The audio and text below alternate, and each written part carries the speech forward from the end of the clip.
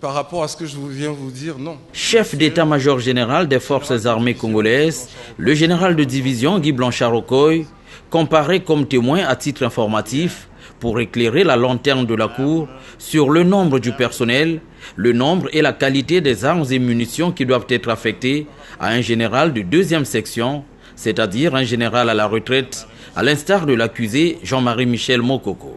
Un général en 2e section, normalement, a 8 personnels liés à sa garde d'après le décret de 2004.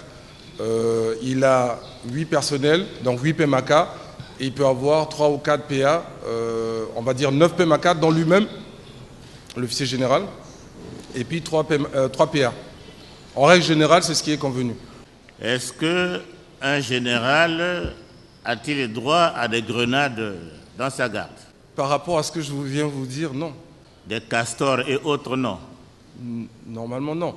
Les munitions, un PMACA, c'est 4 chargeurs. Chaque chargeur, c'est 30 munitions. 4 x 30 pour l'ensemble, pour un PMACA, et puis on multiplie par le nombre de PMACA dans le nombre de munitions. Était-il normal que l'on ait retrouvé au domicile de l'accusé, le général Mokoko, 2 fusils mitrailleurs? C'est une arme beaucoup plus performante qu'un PMACA, le fusil mitrailleur. Oui.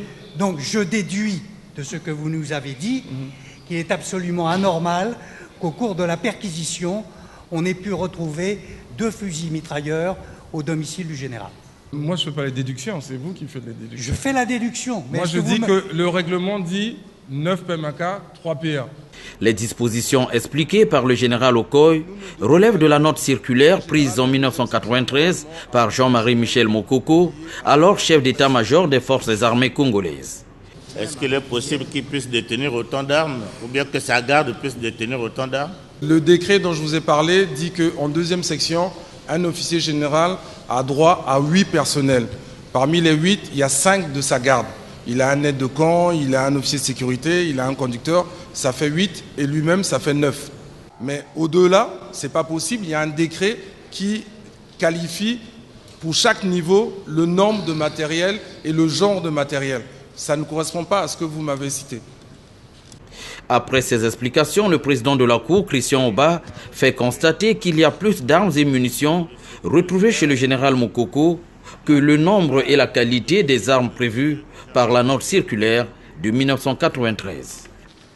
Oui, on a retrouvé au domicile de l'accusé Jean-Marie Michel Mokoko 8 PMACA cross pliables, un Uzi avec 3 chargeurs, 2 castors, 3 PMACA avec grosse en bois, 3 FM, 13 grenades, 6 goupilles, 2 porte-ceintures grenades avec 10 grenades chaque et 2 maillons de FM avec cartouches, 3 caisses de munitions de PMACA de 7,62 et 20 chargeurs garnis de PMACA, 2 armes de poing de type PA.